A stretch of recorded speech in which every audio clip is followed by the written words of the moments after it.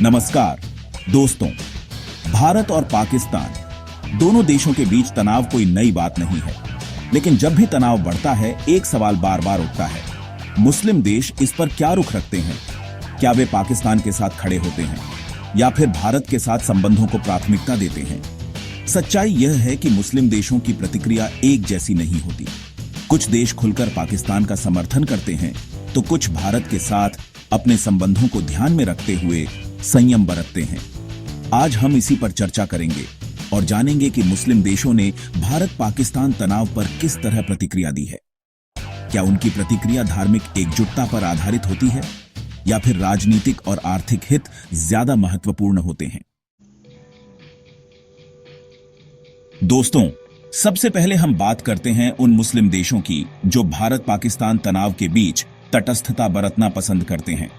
इनमें सबसे प्रमुख हैं खाड़ी देश जैसे सऊदी अरब और संयुक्त अरब अमीरात। ये देश भारत और पाकिस्तान दोनों के साथ मजबूत आर्थिक और सामरिक संबंध रखते हैं। सऊदी अरब, जो दुनिया का सबसे बड़ा तेल निर्यातक देश है, भारत को अपनी ऊर्जा जरूरतों के लिए एक महत्वपूर्ण साझेदार मानता है। वहीं संयुक्त अरब अमीरात में लाखों भारतीय रहते और काम करते हैं, जो भारतीय अर्थव्यवस्था में महत्वपूर्ण योगदान देते हैं। ऐसे में इन देशों के लिए किसी एक पक्ष का समर्थन करना आसान नहीं होता।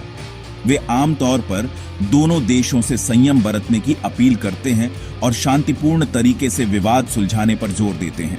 लेकिन क्या सिर्फ आर्थिक हित ही इनकी तटस्थता का कारण है या फिर कुछ और भी है? क्या ये देश वास्तव में शांति के दूत बनना चाहते हैं या फिर बस अपने हितों की रक्षा कर रहे हैं?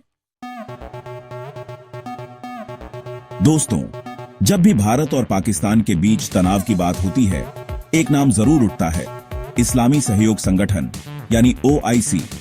पाकिस्तान इस संगठन का संस्थापक सदस्य है और कई बार भारत के खिलाफ इस मंच का इस्तेमाल करने की कोशिश करता है। कश्मीर मुद्दे पर पाकिस्तान को OIC से कई बार समर्थन मिला है। कुछ सदस्य देशों ने भारत की आलोचना भी की है, लेकिन क्या OIC वाकई पाकिस्तान का अंधभक्त है? सच्चाई यह है कि OIC भी एक विभाजित घर की तरह है।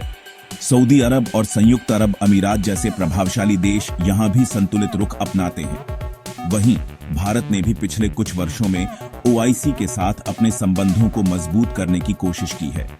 2019 में भारत की तत्कालीन विदेश मंत्री सुषमा स्वराज को OIC की बैठक में मुख्य अतिथि के तौर पर आमंत्रित किया गया था।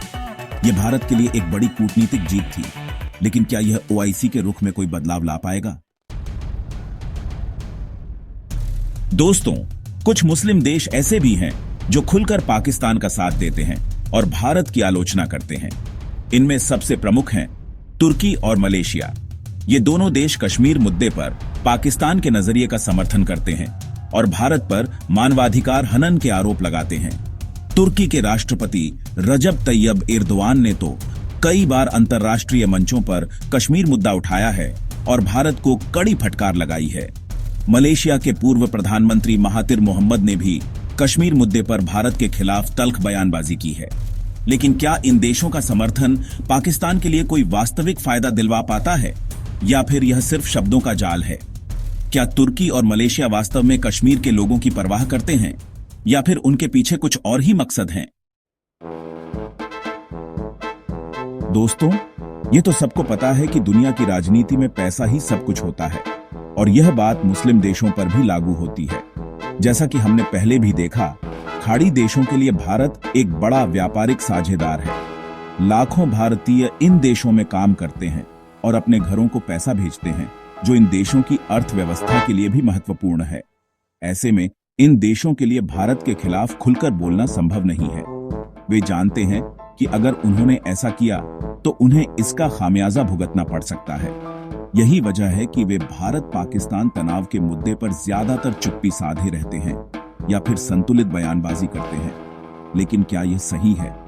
क्या मुस्लिम देशों को सिर्फ अपने आर्थिक हितों को ध्यान में रखना चाहिए या फिर उन्हें नैतिकता और सिद्धांतों को भी महत्व देना चाहिए? दोस्तों, जैसा कि हमने देखा, मुस्लिम देशों की प्रतिक्रिया एक जैसी नहीं होती। कुछ देश खुलकर पाकिस्तान का समर्थन करते हैं तो कुछ भारत के साथ अपने संबंधों को ध्यान में रखते हुए संयम बरतते हैं। लेकिन एक बात स्पष्ट है कि इन देशों की प्रतिक्रिया मुख्यतः उनके राजनीतिक, आर्थिक और क्षेत्रीय हितों पर आधारित होती है। धर्म एक कारक जरूर है, लेकिन यह अकेला कारक नहीं है। तो अगली बार जब भी आप भारत पाकिस्तान तनाव पर किसी मुस्लिम देश की प्रतिक्रिया देखें, तो उसके पीछे छिपे हितों को समझने की कोशिश जरूर कीजिएगा।